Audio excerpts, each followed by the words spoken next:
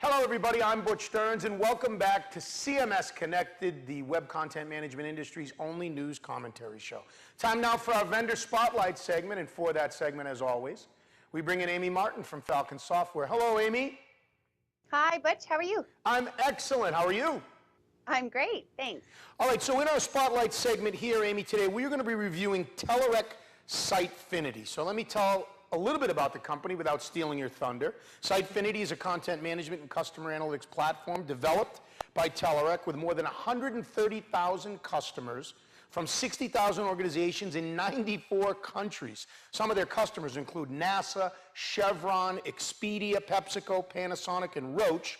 They've been serving their community of 1.7 million developers for more than a decade and boast 450 of the Fortune 500 as customers. So what else do we need to know about the history of the three companies, Telerik, Sitefinity, and Progress? Yeah, so kind of how they all came together. It first started with Telerik. They started their company in 2002, and it was from four young men who just had a really bright idea in Sofia, Bulgaria. And it kind of morphed into them creating these RAD, Rapid Application Development Tools. And really, you know, the company just blew up and became one of the biggest technology companies in all of Bulgaria, with clients that expand all over the world. And then how Sitefinity came to play is Sitefinity is a product line of Telerik. They're a content management system, and they just came out with their last major release, 8.2, about a month ago or so. And then Progress. So Falcon-Software is a 30-year-old established software company, and they just acquired Telerik. So that's, you know, it's exciting for Telerik, the fact that they have now incorporated with such a large organization. Progress really was excited to purchase Telerik because of their background, their dev experience, and all their development tools and what they've incorporated. But I don't think they really realized what they had with Sitefinity in the content management system. Now I think they're realizing that they're able to utilize Sitefinity and incorporate all Progress's tools and software into this platform. So it's interesting. So Amy, Progress is a pretty large company, but let's talk a little bit more, or tell us a little bit more about Telerik Sitefinity in the US marketplace. Yeah, that's a really good point, Butch. So like you had said earlier, and telling us all the numbers about the company, at one point you had said they serve 1.7 million developers. That's a huge number. And I think the key word there is serves. You know, that's looking at all their partners, that's looking at all their connections, everyone that's using the platform, employees everywhere across the world. But if you're looking at just the US marketplace, they are sitting, if you're just looking at Telerik, for example, they're about 100 employees in the US. And same with Sitefinity, about 100 employees in the US. And they have offices in Waldorf, Massachusetts, Palo Alto, California, and Austin, Texas. And the thing that's interesting is that when you look at such an established company, you know, Telerik Sitefinity, they've been around, you know, it's like 14 years now. They really only have 3 companies that do training for the business end users, one of them being Falcon-Software. So it's interesting to see what's going to happen there with them now incorporating with Progress, and are they going to, you know, come up with a full new infrastructure for their partners. Amy Martyn of Falcon-Software. In this edition of the Vendor Spotlight of CMS Connected, we're talking about Telerik Sitefinity. Amy, Sitefinity is broken out into 2 parts, correct? Yep, that's correct. So the first part is the CMS, and the second part is the DEC, the Digital Experience Cloud. And the CMS can be put behind a firewall. It can be deployed in a private and public cloud. And the DEC can be incorporated, obviously, within the Sitefinity CMS, because they work very nicely together, but also can be deployed in any other website. And the DEC is really a way to gather all the information, so the marketing information, all the inbound and outbound data, also direct information coming right from the CMS. And they put all this information in what they call is the customer journey database. And a lot of vendors out there are doing something similar. And if they haven't started yet, they will be soon. This is, I'm sure, what they'll talk about in the upcoming segment and predictions is that is what's coming is, you know, more and more data being able to put concrete results together.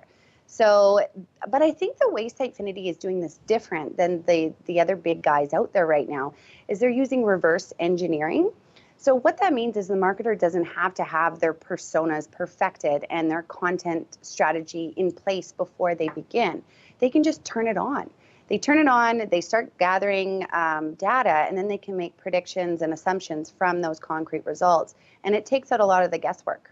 So Amy, give us, in your opinion, some differentiators for Sitefinity. How do they stand out compared to their competitors? Yeah, so I think the biggest one, how they stand out, and kind of everyone knows this right now, is their acquisition with Progress. Now that they have incorporated with such a big established company, it's helping them in a lot of ways. You know, they're able to tap into these Progress tools and get support very easily. Their company, you know, what critics are kind of saying right now is now their company is actually looking, you know, very well established, especially for Gartner. If you look in the last year, you know, critics have all been saying, look at where they started, now look at where they've come in the last year. They placed themselves nicely in the Magic Quadrant, so that's definitely helping them out. Another way that they stand out is they're very agile. They're an easy-to-use program. And Sitefinity has 3 markets that they serve. One is the marketer, one is the developer, and one is IT. Now, the marketer really wants change. The developer really wants a challenge, and the IT really wants no change. They just want it to be stable. So they want it to be agile so that all their markets were happy. So really what's happening now is the marketer is able to jump in and make changes by themselves. They don't always have to go to development to create a form or a new button. They can actually jump in the back end and do it themselves. And what that does is it opens doors for the developer. Now they can focus on the bigger challenges that they really want to focus on, and makes IT happy. Everyone else is happy. There's, you know, everyone's stable, no change. And then the other way that they stand out is personalization. If you look at their latest version, the 8.2 that just came out about a month ago, they're really focusing on how can they make it easier for the person to incorporate personalization. How do they, you know, when you're doing personalization, it comes in a lot of ways. It's hard work. You have to figure out who you're personalizing with, who you're personalizing to, and how that fits into your infrastructure.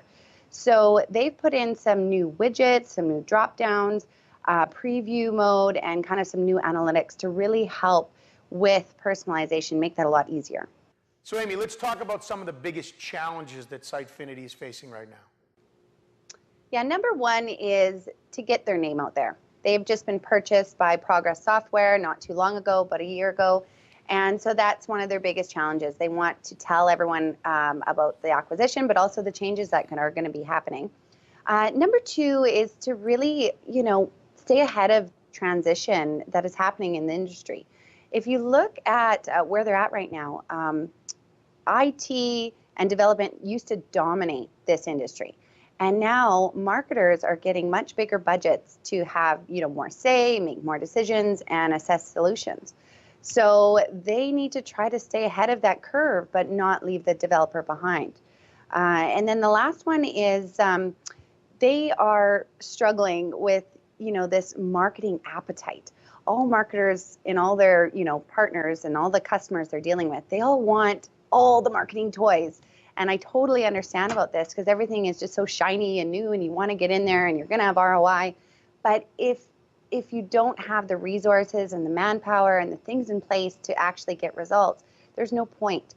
So they have to challenge each one of their customers that want everything and say, look, do you have everything in place to actually make this happen? And that can be challenging because, you know, sometimes your clients don't want to hear the truth like that. So that's what they have to do sometimes. You're watching the Vendor Spotlight segment here on this edition of CMS Connected. Amy Martyn from Falcon-Software is reviewing Sitefinity. And Amy, like a lot of companies in the CMS space, we're talking about Sitefinity, Telerik, Progress. Sitefinity has been acquired.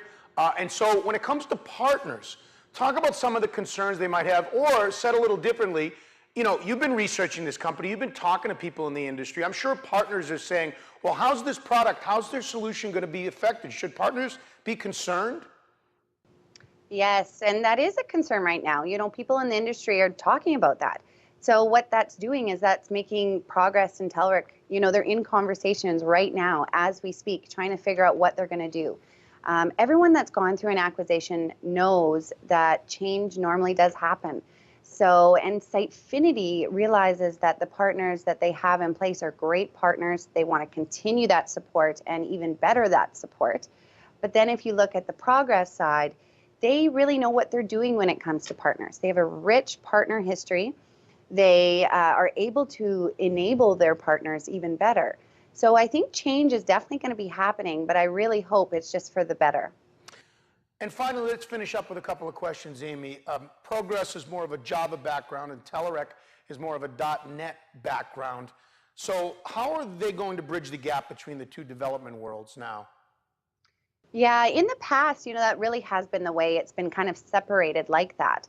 But recently, in recent years, Progress has been now selling, if you talk to the dev side, they have been selling both .NET and Java. So that's kind of already bridging the gap on their side. And then I have a quote here from Robert Matson, who is the Director of Product Marketing with Telerik Sitefinity. And he quotes, "They are not changing who they are. They have built a strong platform in the .NET world. However, they stand behind being an organization that meets the needs of developers, whether it's .NET or Java. They are going to do whatever they need to do." All right, Amy, let's look into your crystal ball. Where does Sitefinity see themselves 3 years from now? If you know that, I want to go to Vegas and you can bet for me, okay? Yeah, totally. We'll play roulette. All right. So they really want to, incorporate. This is a lot of vendors out there right now. They want to be at the forefront of digital transformation for their customers. And I think, they made a good point by talking about where digital transformation is at right now. A lot of people think it's happening. It's, we're in it. It's A to B. It's done. But it's not. It is just the beginning. And companies are just starting to incorporate in digital transformation. So they recognize it's not A to B, it's an ongoing thing, and it's changing all the time. So they really want to incorporate with Progress, utilize all the tools, and be at the forefront of digital transformation for their clients the next 3 years. Falcon-Software's Amy Martyn and our Vendor Spotlight segment. Amy, as always, thanks for your time. Thanks for having me. All right, stick around, everybody. Coming up, predictions for 2016 as Alan Pelt-Sharp rejoins us on this edition of CMS Connected. Your job is to cut through the noise. To succeed, you need to reach out to your target audiences in real time with messages that speak to them. You can't let technology get in the way of your brand. That's the spirit. First Spirit is a powerful solution that helps you effectively communicate and engage with your target audience. Get an awesome ROI. Success in the market means your message got through to the right people at the right time in the right way. And that's why you need First Spirit.